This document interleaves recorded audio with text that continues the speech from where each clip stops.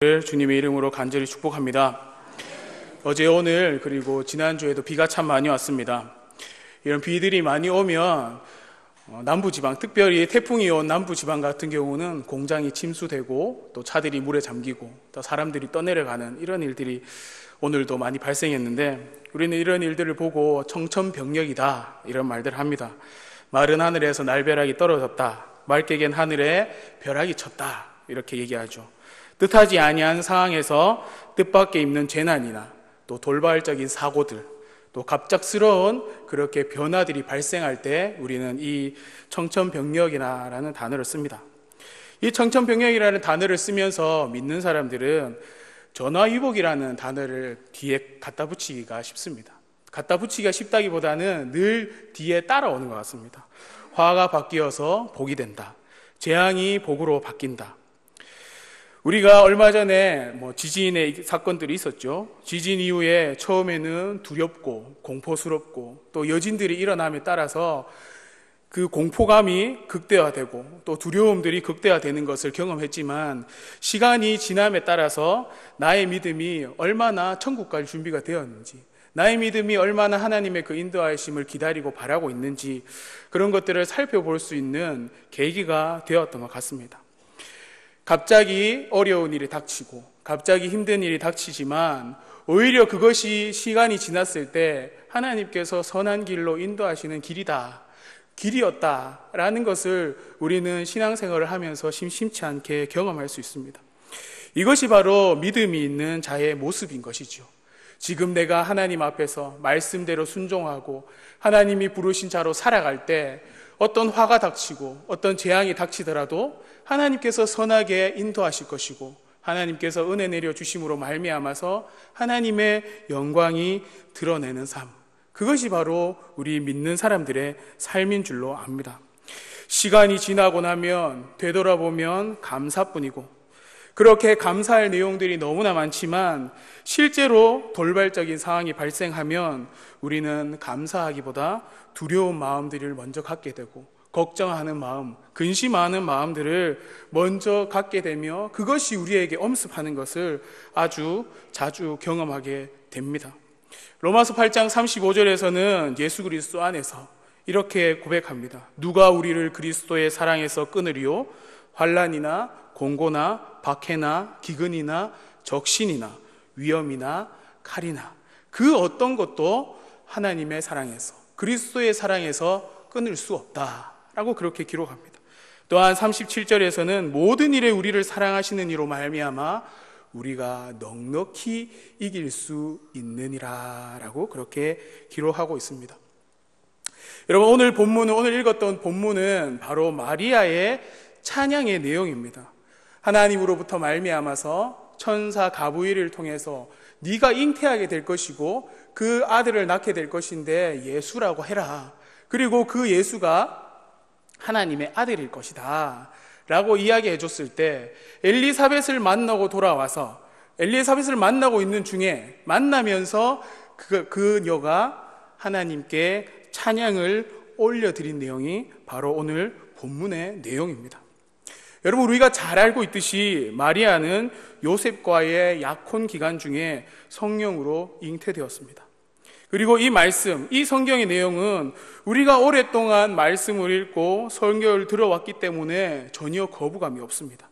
하나님의 은혜로, 성령의 잉태하심으로, 하나님께서 계획하시고 이끄심으로 말미암아 성경에 기록된 대로 이루어졌다는 것을 우리는 의심의 여지 없이 믿고 있습니다. 그런데 과연 여러분, 이 사건이 나에게 일어난다라면 과연 나는 어떻게 반응할 것인가에 대해서 한번 생각해 보신 적 있으십니까? 누가복음 1장 26절에서 보면 천사 가브리엘이 하나님의 보내심을 받아서 마리아에게 갑니다. 그리고 천사 가브리엘이 갈릴리 나사렛이란 동네에 가서 다윗의 자손 요셉이라 하는 사람과 약혼한 처녀에게 이르니 그 처녀 이름은 마리아라. 우리가 약혼이라는 말을 쓸 때는 결혼을 하기로 결정하였다, 그리고 결혼을 앞두고 준비하는 그 기간들을 말하는 뜻으로 많이 씁니다. 그런데 유래의 결혼식에 따르면 이것은 엄밀히 말하면 약혼이 아닙니다. 이것은 결혼과도 같은 것입니다. 유대의 결혼 예식에 따르면 이것을 정혼이라고 부릅니다. 정혼의 시기 끝나고 기간이 지나면 결혼이라는 것을 하게 됩니다. 정혼이라는 것은 이미 법적 부부가 되었다라는 말입니다. 유대인들의 정혼 예식을 살펴보면 이렇습니다. 유대인 청년들은 13세에서 18세 사이에 주로 결혼을 했습니다. 그리고 유대인들은 가족 단위로 그리고 친족 단위로 생활을 했기 때문에 다른 형제들을 만날 일이 잘 없었습니다. 그래서 1년 중에 있는 그들의 큰 성회, 큰 절기들, 7일씩 가지는 그 절기들 가운데에서 서로 만나고 또 서로 알게 되어서 그렇게 결혼을 하는 경우가 참 많았습니다. 그래서 그들이 만나고 그들이 마음을 통하고 또 그들이 결혼하기를 원하면 신랑은 자기가 자기를 대변해 줄 수 있는 한 사람을 데리고 신부 집에 갑니다. 그리고 신부 집에 가서 딸을 자기에게 결혼 보내달라고, 시집 보내달라고 그렇게 요청을 합니다. 나는 어느 집파, 어느 누구의 집 누구입니다 라고 그렇게 알리고 당신의 딸과 결혼하기 위해서 왔습니다 라고 그렇게 알립니다. 그리고 신랑의 이 방문 목적, 결혼의 목적을 들은 신부의 아버지는 딸에게 가서 묻습니다. 너는 이 신랑에 대해서 얼마나 알고 있느냐? 너는 이 신랑에 대해서 얼마나 사랑하고 있느냐? 이 신랑에 대해서 얼마나 헌신할 각오가 되어 있냐? 라고 물어보고 너는 정말 이 예비 신랑과 결혼하기를 원하느냐? 라고 물었을 때 그 신부가 얼굴이 빨개지면 정말 사랑하고 결혼할 마음이 있는 줄로 알고 그 신랑에게 나아가서 결혼을 승낙해 준다라고 합니다. 그리고 그 결혼을 승낙한 다음에 이 신랑이 준비해온 은과 금을 가지고 신부의 값을 치릅니다. 신부의 값을 치른다는 것은 여자를 돈으로 사온다는 의미가 아니라 그 사랑이 얼마나 큰지, 그 사랑이 얼마나 가치가 큰지에 대해서 이제 흥정하는 시간인 것이죠. 그리고 이 흥정이 끝나고 나면 신랑은 준비해온 결혼 서약서를 신부에게 읽어줍니다. 그리고 그 신부가 그 서약서를 듣고 그리고 포도주를 한 잔 마시고 그리고 사랑의 값을 지불한 뒤에 신부의 아버지는 정혼이라는 이 예식을 완성하게 됩니다. 이 정혼의 예식이 끝나게 되면 이들은 법적 부부가 됩니다. 이혼 증서를 주지 않고서는 이 정혼의 효력을 파기할 수 없을 만큼 아주 법적인 효력을 가지는 그런 부부가 되는 것이죠. 그런데 이때부터 이들은 부부가 되는 것이 아니라 신랑은 이 신부에게 한마디 말을 남기고 떠납니다. 지금으로부터 약 1년 뒤에 알지 못하는 어느 날, 준비되지 않은 어느 날 나는 당신을 데리러 올 것입니다. 그때까지 잘 준비하고 기다리십시오 라는 말을 남기고 신랑은 본집으로 돌아가게 됩니다. 1년간의 별거를 하면서 법적 부부가 되었지만 1년 동안의 벌거를 하면서 신랑은 아내를 맞이하기 위해서 집을 마련합니다. 여러 가지 많은 것들을 마련하지만 먼저 집을 마련합니다. 그리고 신부는 신랑이 언제 올지 모르지만 그 신랑이 올 때까지 신랑의 집의 전통과 생활 방식을 듣고 연습하고 훈련해야 합니다. 자기는 없어지고 신랑의 사람이 되기 위해, 신랑 가문의 사람이 되기 위해서 준비하는 사람입니다. 또한 동네에서 알던 그런 이성들과의 관계를 정리하고 오로지 신랑만을 기다리는 그런 시간들을 보내게 됩니다. 그리고 신랑이 집이 준비가 되면 신랑의 아버지가 이제 때가 되었으니 신부를 데리고 오라라고 합니다.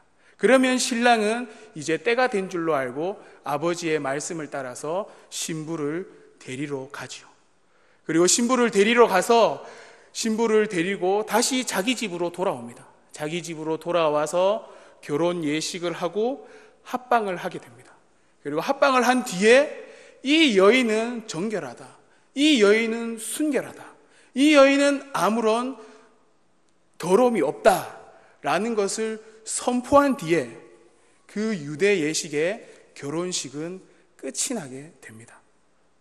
신랑이 신부를 찾아가서 아버지에게 허락을 받고 신부의 값을 치르고 종혼을 한 상태, 그 상태가 바로 오늘 이 본문에서 우리가 알고 있는 약혼한 상태다라는 것입니다.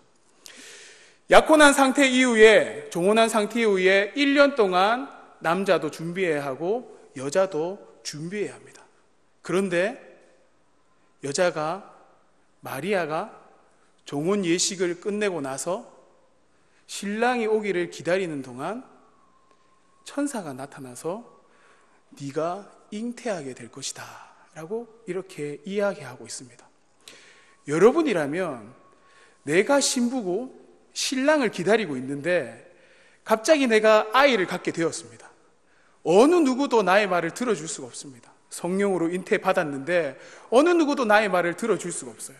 여러분들이라면 이 상황에서 어떻게 하실 것 같습니까? 종혼한 여자가 남편과 합방도 하지 않은 그 기간 동안 잉태를 하게 되었다라면 길거리에 끌려 나가서 돌을 맞아 죽게 되는 이 상황에서 여러분이라면 어떻게 반응하실 것 같습니까? 마태복음 1장 18절과 24절, 25절을 보면 마리아가 요셉과 약혼하고 동거하기 전에 성령으로 잉태된 것이 나타났더니 요셉이 그를 끊으려고 했습니다. 하지만 요셉에게 사자가 현몽하여 그 아내를 데려오라라고 합니다. 그리고 그 아내를 데려와서 아들을 낳기까지 동침하지 않고 아들을 낳음에 예수다라고 그렇게 했습니다. 요셉의 그 지혜로움으로, 요셉의 그 하나님의 천사가 보내신 그 감동으로 말미암아 마리아를 데려오는 그런 하나님의 역사가 나타났지만, 여러분, 이 마리아가 이 찬송을 하나님께 올려드리기까지는 많은 고민들이 있었을 것입니다. 청천벽력과 같은 이 소식을 도대체 누군가에 이야기할 수 있고, 도대체 내가 사람들에게 알려지면 가늠한 여인으로 오해받아 돌맞아 죽을 수밖에 없는 이 상황에서 마리아는 하나님 앞에 찬송을 올려드리고 있다는 것입니다. 마리아는 하나님의 그 크고 놀라운 계획하심에 대해 찬양을 올려드리고 있다는 것입니다. 28절에 보면 천사가 그에게 들어가 이렇게 말합니다. 은혜를 받은 자여 평안할지어다. 주께서 너와 함께 하시도다. 처녀가 그 말을 듣고 놀라 이 인사가 어찌 됨인가? 유대의 결혼 나이에서는 너무나 어린 나이고 천사가 나타났다라는 것은 그가 무언가 잘못했기 때문에, 무언가 죄가 있기 때문에 천사가 나타나서 나에게 정죄하려 하는가, 하나님의 벌을 내리려 하는가, 그런 생각 때문에 두려워했을 것이다라는 거예요. 그래서 천사는 이렇게 얘기합니다. 마리아여, 무서워하지 마라, 두려워하지 마라. 네가 하나님께 은혜를 입었느니라. 보라, 네가 잉태하여 아들을 낳으리니 그 이름을 예수라 하라 라고 그렇게 이야기하고 있습니다. 그가 아무에게도 말할 수 없고 혼자 그렇게 잉태된 것을 알게 될 때 이는 엘리사벳의 소식을 듣고 엘리사벳의 집으로 갑니다. 예수 그리스도께서 오실 그 길을 예비하는 세례 요한을 잉태한 엘리사벳의 집으로 가서 하나님께서 너에게 은혜를 내려주셨다. 하나님께서 너에게 주를 잉태하게 하셨다. 그 얘기를 들을 때 마리아는 하나님께 찬양을 올려드릴 수밖에 없었다라는 것입니다. 마리아는 하나님께 찬양을 올려드리는 것, 찬양 속에서 마리아의 믿음을 우리가 볼 수 있었으면 좋겠습니다. 여러분, 믿음이라는 것은 우리의 삶의 근간입니다. 실제로 마리아에게 나타난 이런 일이 나에게 나타난다라면 과연 우리는 어떤 느낌일까요? 하나님 감사합니다. 하나님, 세상에서 조롱받고 세상에서 가늠한 여인이라고 그렇게 손가락질 받고 세상에서 사람들이 나를 돌로 치려 하는 그런 상황에 나를 빠지게 해주셔서 하나님, 그러함에도 내가 감사합니다 라고 우리는 이야기할 수 있을까요? 그렇게 말할 수 있을까요? 그렇게 우리의 삶을 믿음 가운데 영위에 나아갈 수 있을까요? 아기를 낳아보지도 않았고 출산의 과정이 어떠한지도 모르는 마리아에게 이런 엄청난 일이 일어났다는 것입니다. 우리의 삶도 그러한 것 같습니다. 앞으로 우리의 인생에도 이제껏 전혀 경험해보지 못한 그런 엄청난 일들이 우리의 삶 가운데도 일어날 것이다라는 것입니다. 마리아가 받았던 은혜는 우리의 의지와는 전혀 상관이 없는 것입니다. 하나님께서 인류의 구속 사역을 위해서 마리아를 택하셨습니다. 우리가 예수 그리스도를 믿을 수 있는 것도 바로 전적인 하나님의 은혜입니다. 죄와 허물로 죽었던 우리를 예수 그리스도의 십자가 사건과 보혈의 피로 하나님께서 우리를 살리셨습니다. 죄와 허물로 죽었던 비참하고 비천한 우리 인생에게 하나님께서 새 생명을 주셨습니다. 나를 위해 죽으시고 부활하신 예수님을 우리가 그리스도로 믿을 때 우리에게 새 생명이 주어졌습니다. 우리는 그 믿음 가지고 지금 살아가고 있습니다. 앞으로 일어날 일들이 어떤 일인지는 모르지만 마리아에게 일어난 일처럼 세상에서 조롱받고 가늠한 여인처럼 비참하게 돌 맞아 죽을 수 있는 그런 상황들이 우리의 인생 가운데 앞으로 남아 있다라는 것입니다. 하지만 우리는 하나님의 은혜로 말미암아 예수 그리스도의 그 죽으심과 부활하심으로 말미암아 우리는 믿음 가운데 하나님의 자녀로 살아가고 있다라는 것이죠.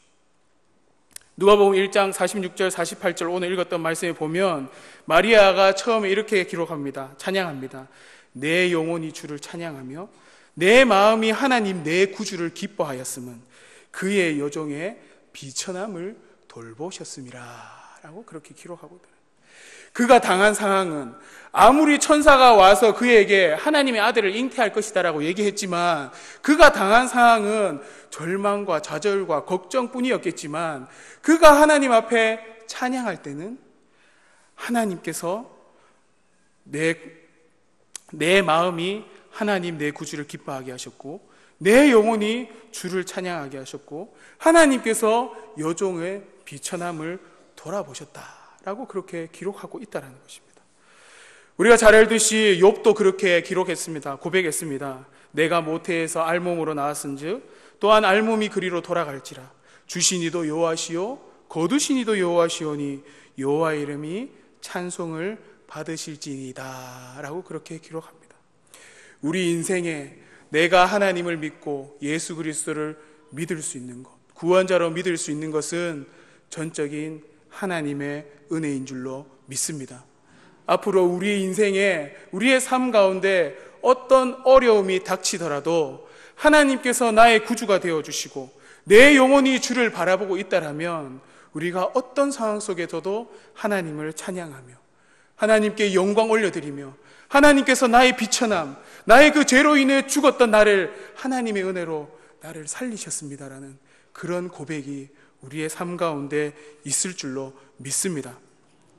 오늘 읽었던 46절과 49절의 내용은 바로 하나님께서 마리아에게 하셨던 일, 비천한 그 여정을 하나님께서 은혜 내려주시고 택하시고 하나님의 아들을 잉태하는 그 영광을 주셨다는 그 믿음으로 이 마리아가 자기에게 주어진 환경보다 하나님을 찬양할 수 있었다는 것, 이것이 우리에게도 동일하게 나타날 수 있기를 주님의 이름으로 간절히 축복합니다. 또한 50절과 53절에 보면 하나님께서 마리아뿐만 아니라 하나님께서 이 땅의 모든 이들을 향해서 행하신 일에 대해 이야기하고 있습니다. 그의 팔로 힘을 보이사 마음의 생각이 교만한 자들을 흩으셨고 권세 있는 자를 그 위에 내리치셨으며 비천한 자를 높이셨고 줄이는 자를 좋은 것으로 배불리셨으며 부자는 빈손으로 보내셨도다. 긍휼하심이 두려워하는 자에게 대대로 이르리로다. 여러분, 이 당시에 로마는 패권을 잡고 있었습니다. 유대는 아주 작은 나라였습니다. 그 옷 가운데에서 하나님께서 선지자들을 통해서 약속하셨던 메시아 예수 그리스도, 그를 마리아를 통해 잉태케 하셔서 하나님께서 세상 권력이 아니라 로마의 압제가 아니라 세상의 어떤 그 열방과 권력보다 그것들을 다 까내리시고 내리치시고 그들을 빈손으로 만들게 하셔서 이 작은 이스라엘을 통해서 유대를 통해서 나를 통해서 하나님께서 구원 사역을 이루신다는 것, 구약에 약속하셨던 그 선지자 선지자의 말들을 통해 약속하셨던 그 메시아를 통해서 하나님께서 역사하신다라는 것, 죽었던 자들을 살리신다라는 것, 그것을 이 마리아가 찬양하고 있다라는 것입니다. 우리가 오늘 하루를 살아갈 때, 일주일의 삶을 살아갈 때 나에게 역사하신 하나님, 나에게 역사하신 예수 그리스도뿐만 아니라 온 세계 열방 가운데 구주가 되시고 우리 모든 죄로 죽었던 자들을, 택하신 자들을 살리기 위해서 지금도 역사하고 계시는 그 하나님을 바라볼 수 있는 믿음의 성도님들 될 수 있기를 주님의 이름으로 간절히 축복합니다. 세 번째로 54절과 55절의 내용입니다. 그 종 이스라엘을 도우사 긍휼히 여기시고 기억하시되 우리 조상에게 말씀하신 것과 같이 아브라함과 그 자손에게 영원히 하시리로다. 하나님께서는 이스라엘을 기억하신다는 것입니다. 아브라함을 통해서, 믿음의 조상 아브라함을 통해서 약속하셨던 그 약속을 이루어 가신다라는 것입니다. 보라, 내가 잉태하여 아들을 낳으리니 그 이름을 예수라 하라.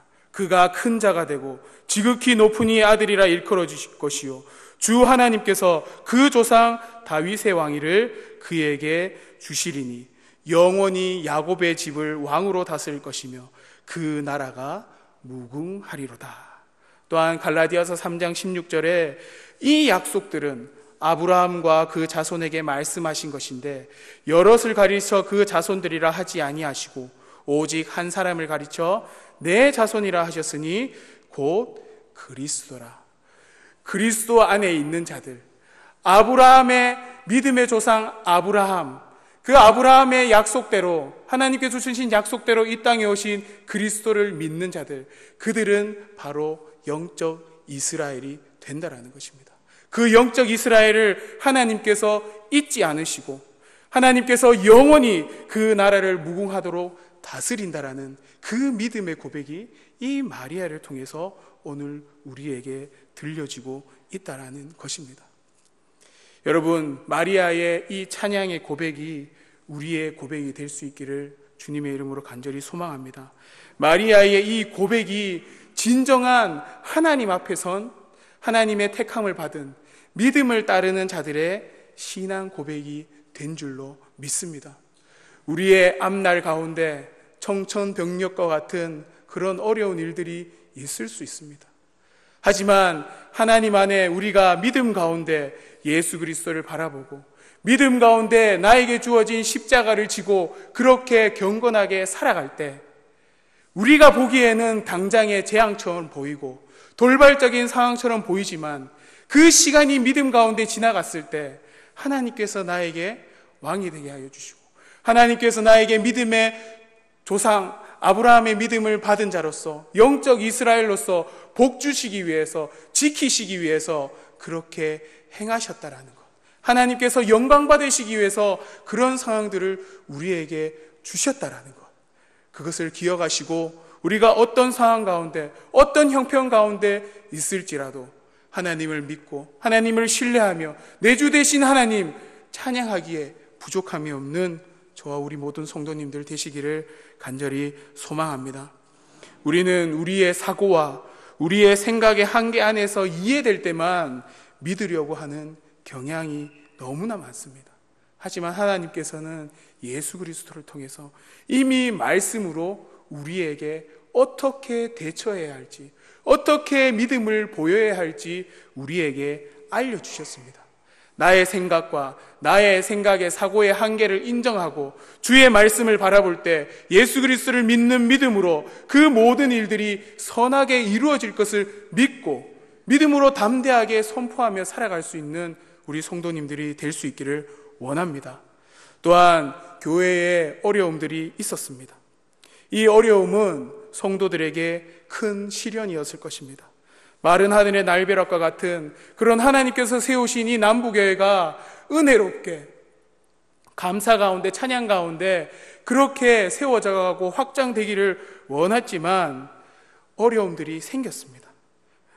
많은 성도들이 이런 시련을 겪어야 하나, 이런 아픔들을 겪어야 하나, 왜 우리가 이렇게 힘들어야 하나 그렇게 생각하고 떠난 분들도 계시고 마음에 어려움 당한 분들도 계셨지만 여전히 그곳 가운데서 우리가 교회를 지켜갈 수 있는 것은, 믿음을 지켜갈 수 있는 것은, 그 청천벽력 같은 그런 어려운 상황 가운데서 우리가 우리의 자리를 지켜갈 수 있는 것은, 우리가 믿음 가운데 있을 때 하나님께서 회복시키시고 하나님께서 선하게 인도하시고 하나님의 나라가 다시 회복될 것을 우리에게 보여주시기 위한 그 믿음이 우리에게 있기 때문인 줄로 믿습니다. 여러분, 사단이라는 놈은요, 베드로전서에서 이렇게 말합니다. 하나님은 교만한 자를 대적하시되 겸손한 자들에게 은혜를 주시느니라. 하나님의 능하신 손 아래서 겸손하라. 때가 되면 너희를 높이시리라. 너희 염려를 다 주께 맡기라. 이는 그가 너희를 돌보심이라. 근신하고 깨어있어라. 너희 대적 마귀가 우는 사자와 같이 두루다니며 삼킬 자를 찾는다라고 그렇게 기록하고 있습니다. 마태복음 1장 21절에 주의 사자가 다윗에게 이렇게 말합니다. 요셉에게 이렇게 말합니다. 아들을 낳으리니 이름을 예수라 하라. 이는 그가 자기 백성을 그들의 죄에서 구원할 자이심이라.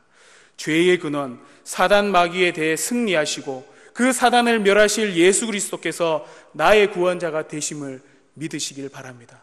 그 믿음 가지고 우리 삶의 형편이 어렵고 힘들지라도, 그리고 지금 교회 가운데 사단의 농간으로 말미암아 교회가 힘들고 어려울지라도, 우리가 믿음 가운데 있을 때, 우리가 찬양 가운데 있을 때 하나님이 나의 주가 되시고 예수 그리스도께서 나의 구원자가 되십니다라는 그 믿음의 고백 가운데 있을 때 하나님께서 돌보시고 하나님께서 높이시고 하나님께서 회복시키신다라는 그 믿음 가지고 우리가 힘들어하고 절망하기보다, 걱정하고 근심하기보다 감사함으로 기도하는 자리에, 말씀 듣는 자리에 나아갈 수 있는 저와 우리 모든 성도님들 될 수 있기를 주님의 이름으로 간절히 축복합니다.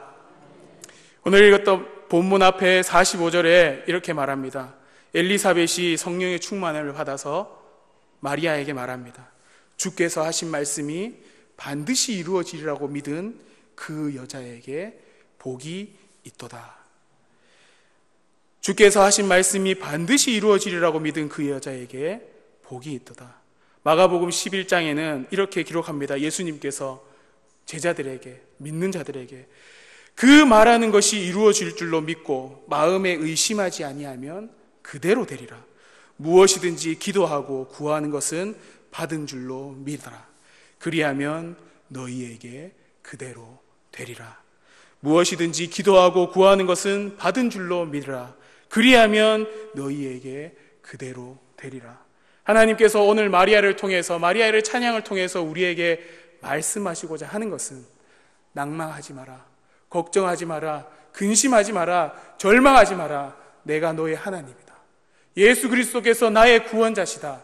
그 믿음 가지고 기도하는 자리에 나아가고, 그 믿음 가지고 말씀 듣는 자리에 나아갈 때, 그리고 그렇게 기도하고 그렇게 간구할 때 하나님께서 회복시키시고 하나님께서 이루어 가실 것이다라는 것을, 그것을 믿고 찬양과 기도와 말씀 가운데 나아갈 수 있는 저와 우리 모든 성도님들 될 수 있기를 주님의 이름으로 간절히 축복합니다.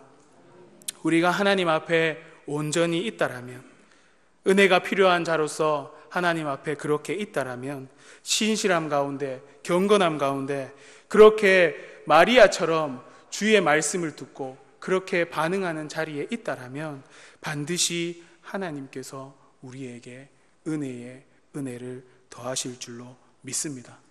여러분, 하나님은 우리의 왕이 되십니다. 예수 그리스도는 우리의 구원자가 되십니다.